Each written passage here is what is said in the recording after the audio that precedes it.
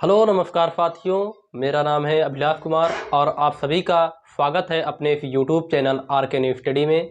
और आज की इस वीडियो में हम पढ़ेंगे क्लास 10th का रैखिक समीकरण को हल करने की विधियां, जो आपके बोर्ड एग्जाम के लिए बहुत ही महत्वपूर्ण साबित हो सकती है। ये इस चैप्टर से रैखिक समीकरण चैप्टर, ये तीसरा चैप्टर है हमारा। इस चैप्टर से अक्सर बोर्ड एग्जाम में क्वेश्चन आता ही आता है, ये आपको फिक्स है। और इन तीनों विधियां, इसकी तीन विधियां हैं, रैखिक समीकरण को हल करने की तीन विधियां हैं। और इन विधियों से क्वेश्चन ना आए ऐसा हो ही नहीं सकता। हर साल बोर्ड में 2 से लेकर 6 नंबर तक के क्वेश्चन इसमें से पूछे जाते हैं। तो ये चैप्टर आपके एग्जाम के लिए बहुत ही महत्वपूर्ण साबित हो सकता है। तो आइए शुरू करते हैं। साथ ही ये क्वेश्चन आपको बोर्ड एग्जाम में 12 से 18 नंबर आपको केवल यही एक चैप्टर से मिल सकता है। तो आप इस चैप्टर को बहुत ही बारीकी से समझना है आपको। और आज की इस वीडियो में बताई गई बातों को यदि आप अपनाते हैं तो इन तीनों विधियों से क्वेश्चन को हल करके आप किसी भी क्वेश्चन को सॉल्व कर सकते हैं। तो आइए शुरू करते हैं। रैखिक समीकरण होता क्या है? तो देखिए, आपने क्लास 9th में रैखिक बहुपद पढ़ा होगा। तो रैखिक बहुपद क्या होता है? a1x plus b1y plus c1 बराबर 0, a2x plus b2y plus c2 बराबर 0। ये हमारा समीकरण है। यदि आप केवल इतना लेंगे, केवल इतना लेंगे, ये क्वेश्चन आपको केवल इतना लेंगे आप, तो ये हमें बहुपद कहलाता है। लेकिन जब हम इसे बराबर 0 के बराबर सिद्ध कर देते हैं, 0 के बराबर करते थे, बराबर लगा के यहाँ पर आप कुछ भी लगा सकते हैं। तो यदि आप इस प्रकार लिखेंगे तो ये रैखिक समीकरण कहलाएगा। तो रैखिक समीकरण युग्मों यहाँ लिख लेना, युग्म मतलब जोड़ा। ये जोड़ा आपको दिख रहा है ना, तो युग्मों, रैखिक समीकरण युग्मों को हल करने की विधियां। तो इसकी तीन विधियां हैं: प्रतिस्थापन विधि, विलोपन विधि, वज्र गुणन विधि। इस विधि से आइए क्वेश्चन को सॉल्व करते हैं। यहाँ पर a1 b1 c1, a1 b1 c1, ये जो होगा नंबरिंग संख्या होगी। 1 से 100 तक कोई भी संख्या हो सकती है, जैसे 1 2 3 इस तरह का कोई भी संख्या हो सकता है ए बी की तरह। और ये यक्स वाई ये चार अचर संख्याएं हैं। तो ये आपको ध्यान में रखना है। तो आइए शुरू करते हैं। इन विधियों से हल करने की विधियां, ये जो तीन विधियां हैं, इन्हीं विधियों से क्वेश्चनों को सॉल्व करते हैं। तो मान लो आपको यहाँ पर दिया हुआ है 2x प्लस 3y प्लस 2 बराबर 0। आपको ये दिया हुआ है एक समीकरण। और आपको दिया हुआ है 3x प्लस 3y, आप कुछ भी लिख सकते हैं, 2y बराबर प्लस 3 बराबर, यहाँ पर लिख सकते हैं, फिर 0 लिख सकते हैं। तो हमें, ये हमारी पहली समीकरण है, ये हमारी दूसरी समीकरण है। तो हमें इन दोनों क्वेश्चनों को यक्स वाई का मान निकालने के लिए हमें या तो इन विधि का प्रयोग करना पड़ेगा, या तो एग्जामिनर आपसे इस विधि को पूछ लेगा, या तो इस विधि को पूछ लेगा, या तो इस विधि को पूछ लेगा। तो हम एक एक विधि को डिटेल से समझेंगे। तो आइए चलते हैं, सीखते हैं प्रतिस्थापन विधि। तो प्रतिस्थापन विधि को हल करने के लिए आपको क्या करना पड़ेगा? पहले आपको इन दोनों समीकरण में से किसी एक समीकरण को चुनना है जो आपको सरल पड़े। तो देखिए, ये दोनों सरल समीकरण है, तो आपको इन दोनों में से किसी भी एक को चुन लेना है। तो यहाँ पर मैं एक को चुन लिया, तो मान लो पहला को चुन लिया मैंने, यहाँ पर पहला को चुन लिया। तो यहाँ लिखते हैं पहले 2x प्लस 3y प्लस 2 बराबर 0। अब ये 2 जो है ना, ये जो प्लस में, इसमें या तो आप यक्स का मान निकाल लें या तो वाई का मान निकाल लें। मतलब आपको केवल यक्स या वाई को एक तरफ लिख कर और जो संख्याएं हैं उस तरफ भेज दो। तो यहाँ पर लिखेंगे हम 2x प्लस 3y बराबर -2। ये प्लस में है तो बराबर के उस पार जाएगा तो माइनस में हो जाएगा। तो यहाँ पर हम यक्स का मान निकालेंगे, तो 2x लिख लीजिए, यहाँ पर बराबर कीजिए -2। अब ये +3y है, उधर माइनस का 3y लिख लीजिए। अब यहाँ पर फिर यक्स का केवल मान आपको निकालना है। यहाँ पर -2 - 3y यहाँ पर बटे में ये जो 2 है ना ये नीचे चला जाएगा तो यहाँ 2 हो जाएगा। अब देखिए यहाँ पर आपको यक्स का मान निकल चुका है। अब इसी यक्स का मान आप समीकरण 2 में रखना है। याद रखें कि आपको जिस समीकरण को हल करेंगे उसी समीकरण में नहीं रखना है, उसके अगली वाली समीकरण में रखना है। यदि आप इस समीकरण को हल करते हैं इस तरह तो आपको इसमें रखना है, यदि इस समीकरण को हल करते हैं तो आपको इसमें रखना है। तो हमने क्या हल किया है, हमने पहली समीकरण को हल किया है तो यहाँ पर हम दूसरी समीकरण में इस यक्स का मान रखेंगे। तो यहाँ पर देखिए, यहाँ देखिए, तो देखिए यहाँ पर 3x 2y इस समीकरण को नीचे लिखते हैं। आप इस समीकरण में रखेंगे तो यहाँ लिखेंगे यक्स का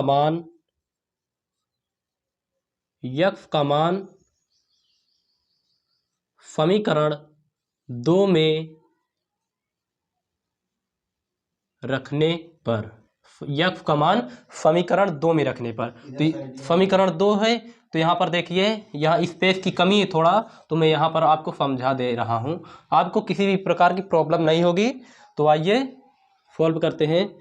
3x + 2y + 3 = 0 इतना है। अब देखिए यहाँ पर जहाँ पर यक्स है, यहाँ पर यक्स है तो यक्स जहाँ पर है यहाँ पर देखिए यक्स है। अब इस यक्स के दर पर आपको इस वैल्यू को रखना है। तो यहाँ पर देखिए 3 है, 3, अब इसको कोष्टक लगाना है। अब जहाँ पर यक्स है, यक्स के बराबर में क्या है, -2 - 3y बटे 2, -2 - 3y बटे में 2।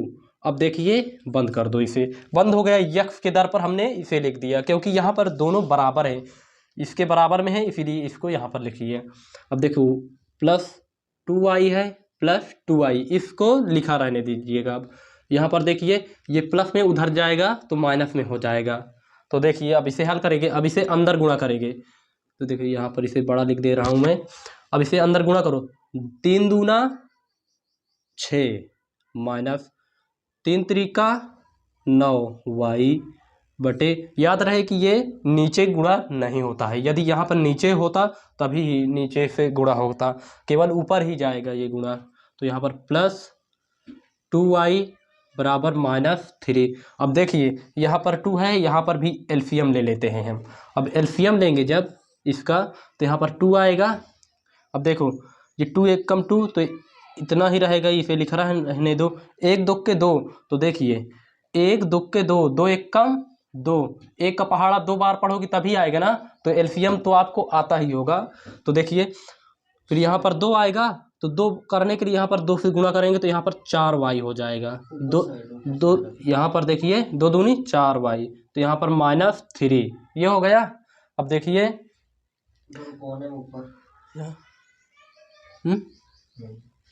जगह बना लिया करेगा, देखिए नहीं कहती। अब देखिए यहाँ पर हम सॉल्व करेंगे, देखिए यहाँ पर स्पेस की कमी है तो हम यहाँ पर ऊपर ही कर दे रहे हैं। अब देखिए यहाँ पर -6 - 9y + 4y, यहाँ पर देखिए यहाँ हल करेंगे जब -6 है, -9y है और यहाँ पर +4y है बराबर, ये नीचे वाला उधर गुणा में हो जाएगा, 2 तिहाई 6 -6 हो जाएगा, ये 6 हो गया। अब देखो -6 माइनस, अब देखो 9 में से यहाँ पर y है ना, तो माइनस प्लस माइनस होता है, इसमें कौन सा चिन्ह बड़ा है, 9 का बड़ा है तो 9 का चिन्ह लगा लो। 9 में से 4 गए तो 5y आएगा, यहाँ पर -6। अब देखो -6 इतना आ गया, माइनस रहेगा यहाँ पर, -5y बराबर -6, ये माइनस में उधर जाएगा +6। अब देखो 5y बराबर माइनस प्लस ये कट जाए 0 हो जाएगा, y का मान बराबर कितना हो जाएगा 0/-5, y बराबर जब 0 में भाग देंगे तो 0 हो जाएगा। अब देखो y का मान आ गया। यहाँ स्पेस की कमी थी इसलिए मैंने यहाँ पर थोड़ा स्पेस की कमी थी इसलिए छोटा छोटा लिखा है। तो देखिए y का मान हमें आ चुका है 0। अब इसी y का मान हमें x का मान भी निकालना है, इसलिए हमें किसी एक समीकरण आप अब दोनों में रख सकते हैं, y का मान किसी भी समीकरण में रख सकते हैं, आप यहाँ भी रख सकते हैं। तो मैं यहाँ यहीं रख देता हूँ। तो यहाँ रखेंगे जब हम,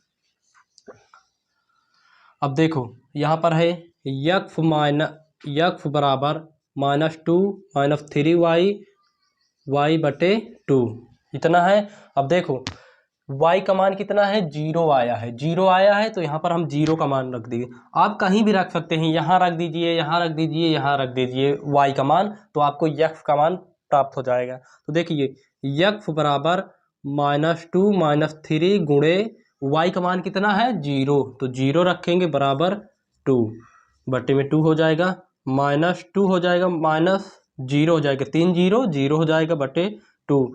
यक्स बराबर माइनस करेंगे तो -2 बटे 2 बराबर 1 आएगा, कट जाएगा, यक्स बराबर -1।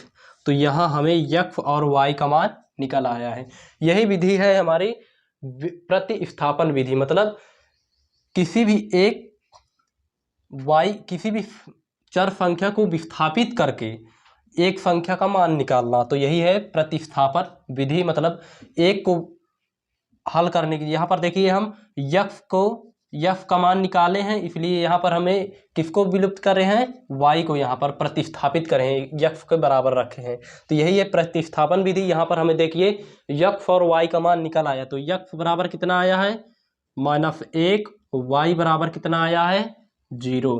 तो यही इस प्रश्न का आंसर हो जाएगा। तो मुझे आशा होगी कि ये प्रश्न आपको समझ में आया होगा। यदि आपको ये प्रश्न समझ में नहीं आया तो कमेंट बॉक्स में ज़रूर लिख देना। तो देखिए ये हमारी पहली विधि हो गई प्रतिस्थापन विधि। तो यही हमारी पहली विधि है। यदि आपको चेक करना हो कि क्वेश्चन गलत है या सही है तो आप इसमें यहाँ पर वैल्यू पुट करके चेक भी कर सकते हैं। देखिए यक्स का मान क्या है, -1, तो यहाँ 2 1 कम 2 -2 हो जाएगा।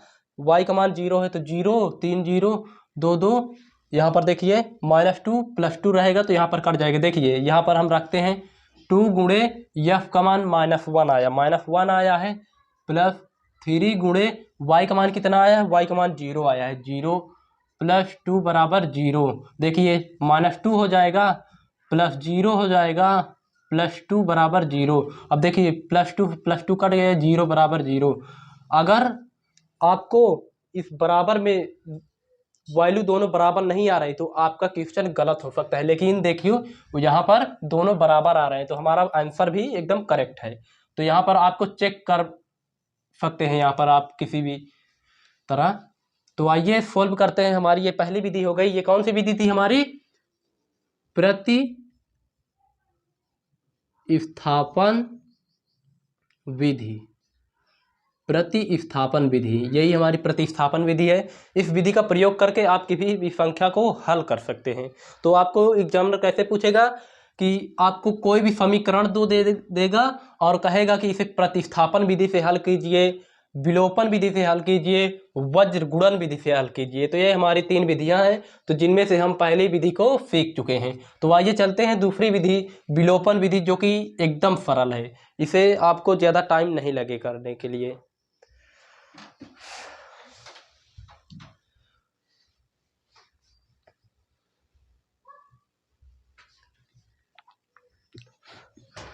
कैसे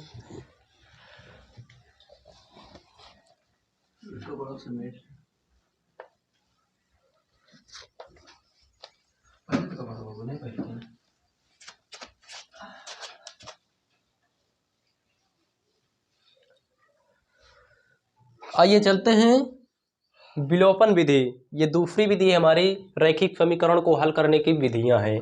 ये दूसरी विधि को कैसे हल करेंगे हम, देखिए विलोपन का मतलब होता है विलुप्त करना। आप किसी भी, जैसे दिया होगा आपको 2x + 3y + 3 बराबर 0, और ये पहली समीकरण दे दिया है हमें। और यहाँ पर हम छोटा छोटा थोड़ा लिखेंगे क्योंकि स्पेस की कमी हो जाती है। तो यहाँ पर मान लो, यहाँ पर पहली समीकरण है 2x + 3y + 3 बराबर 0, ये हमारी पहली समीकरण है। और यहाँ पर 4x + 3y + 4 बराबर 0, ये दूसरी समीकरण है। तो आपको इसे हल करने के लिए किसी भी एक संख्या को विलुप्त करना होगा। या तो आप x वाली संख्या को विलुप्त कर सकते हैं या तो आप y वाली संख्या को विलुप्त कर सकते हैं। तो आइए सीखते हैं। तो देखिए यहाँ पर पहले हम इसे हल करेंगे। तो यहाँ देखिए पहले समीकरण कैसी है, 2x + 3y बराबर, ये जो प्लस में है 3 इसको उस पार भेजो तो यहाँ पर हो जाएगी -3। ये पहली समीकरण है।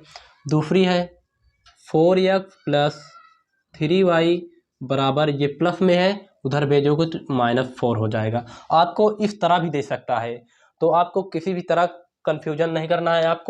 आपको या तो इस तरह देगा या तो इस तरह देगा, तो आपको दोनों तरह कर लेना है। यदि इस तरह देगा तो आपको इस सीक्वेंस में बना लेना है, यदि आपको इस सीक्वेंस में दिया होगा तो आप कर लेंगे। तो देखिए यहाँ पर हमें किसी एक तरफ की संख्या या तो आप x वाली संख्या को बराबर कर सकते हैं या तो आप y वाली संख्या को बराबर कर सकते हैं। तो देखिए बराबर करने के लिए आपको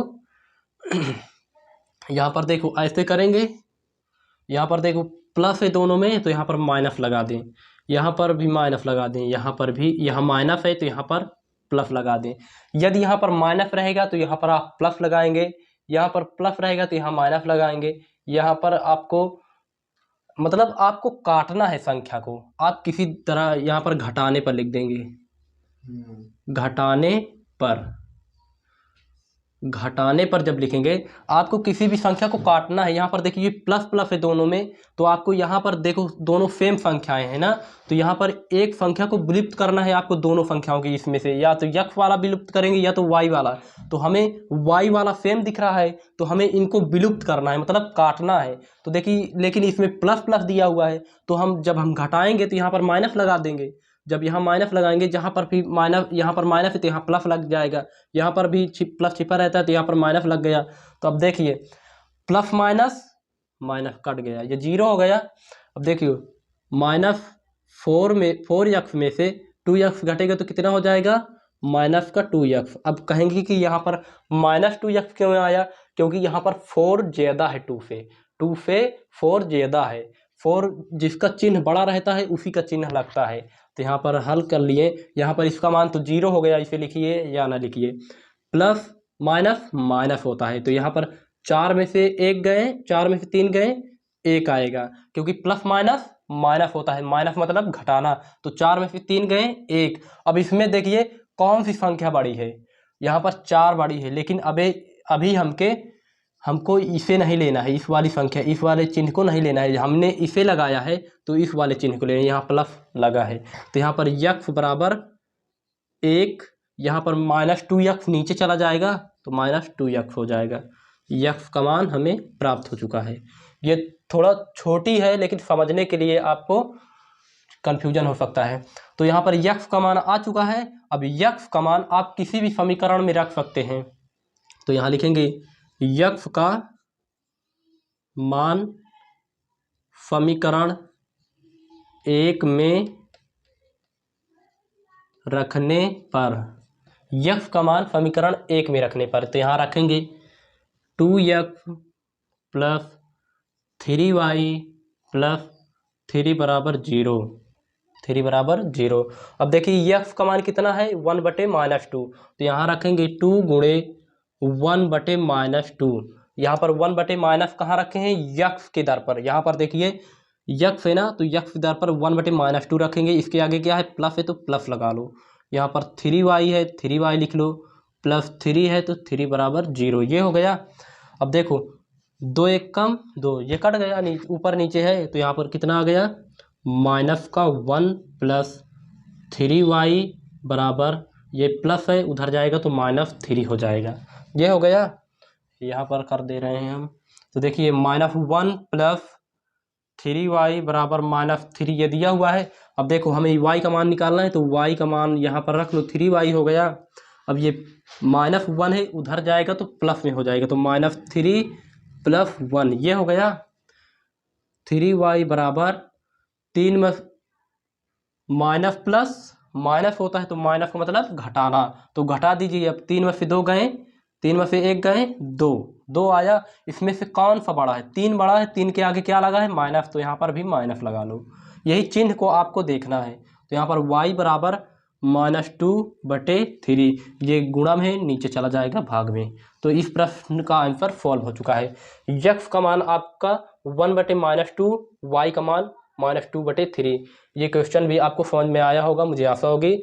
तो ये प्रश्न आपको हल करना है, प्रैक्टिस से ही ये क्वेश्चन आएगा आपको, अन्यथा नहीं आएगा। तो यदि आप इसे हल करना चाहें, मतलब कि आप चेक करना चाहें कि ये प्रश्न सही है या गलत है, इसका आंसर गलत है या सही है, तो यहाँ पर देखो x का मान क्या आया है 1/-2, y का मान -2/3। यदि आप इन x और y का मान पहली समीकरण में रखें या दूसरी समीकरण में रखें, यदि इनमें रखेंगे तो ये दोनों को संतुष्ट करेगा।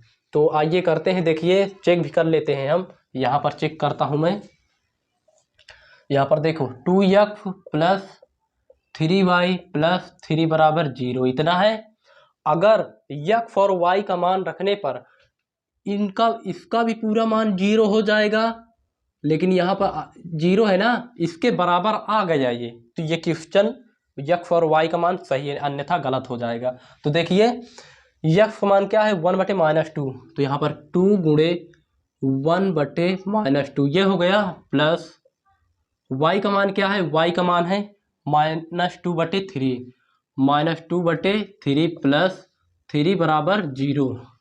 देखिए ये ऊपर नीचे क्या है, ये कट गया, लेकिन यहाँ पर माइनस है तो -1 लिख लो, प्लस है ये 3 से ये 3 कट गया, कितना आया माइनस। देखिए यहाँ पर प्लस -2 + 3 = 0, ये हो गया माइनस माइनस प्लस, तो -3 + 3 = 0। अब कहेंगे यहाँ माइनस क्यों आया, क्योंकि यहाँ पर देखिए माइनस माइनस प्लस होता है, जुड़ तो जाएगा, लेकिन यहाँ पर किसका चिन्ह बड़ा है, 2 का चिन्ह बड़ा है, इसलिए यहाँ पर -3 आया। इसलिए यहाँ पर देखो माइनस प्लस 0 हो जाएगा, ये भी ये कट जाएगा कि नहीं, 3 में से 3 गए 0। तो देखिए दोनों पक्ष LHS बराबर हमारा RHS बराबर आ चुका है। तो हमारा ये प्रश्न का आंसर XY का मान जो है सत्य हो जाएगा, ये करेक्ट आंसर है। तो मुझे आशा होगी कि ये प्रश्न आपको समझ में आया होगा, इस विधि को भी आपको समझ में आया होगा। तो चलते हैं वज्र गुणन विधि। थोड़ा डिफिकल्ट है, इसमें आपको सूत्र का प्रयोग भी करना पड़ेगा, लेकिन मैं आपको एक ट्रिक बता दे रहा हूँ, उसमें से कर जाएंगे तो आपको बेहतरीन नंबर मिलेंगे। तो आइए चलते हैं दूसरी विधि। तीसरी विधि हमारी है वज्र गुणन विधि। वज्र गुणन विधि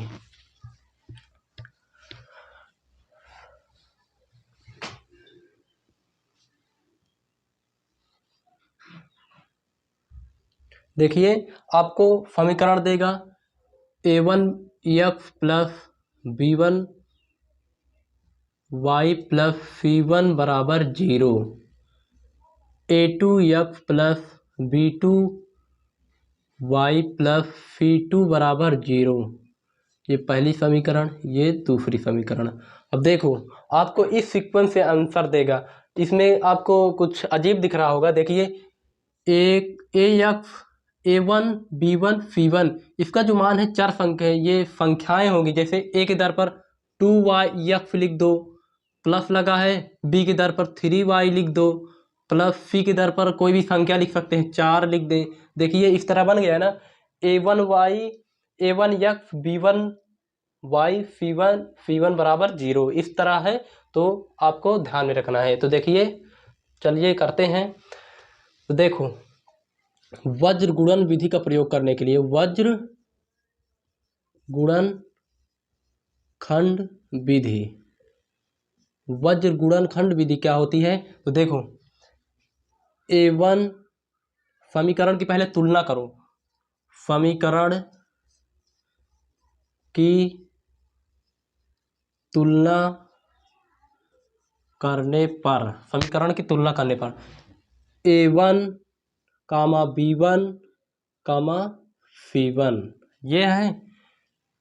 देखो यहाँ पर a2, b2, c2, ये थोड़ा बड़ा, इसमें थोड़ा बड़ा क्वेश्चन है, इसमें थोड़े बड़े बड़े क्वेश्चन आते हैं, इसमें कॉन्सेप्ट थोड़ा बड़ा लगेगा। तो चलिए करते हैं अगले वीडियो में, क्योंकि ये वीडियो आपकी बड़ी हो जाएगी। तो वज्र गुणन को सीखने के लिए हम अगली वीडियो में करेंगे। तो मुझे आशा हो कि ये दोनों विधियां आपको समझ में आई होगी। तो चलते हैं, इसे दूसरी वीडियो में करेंगे, तो दूसरी वीडियो में आना ना भूलना। तो वीडियो पसंद आए तो हमारे चैनल को लाइक, शेयर एंड सब्सक्राइब जरूर कर देना, और इसी तरह के इंटरेस्टिंग वीडियो देखने के लिए हमारे चैनल पर आते रहना।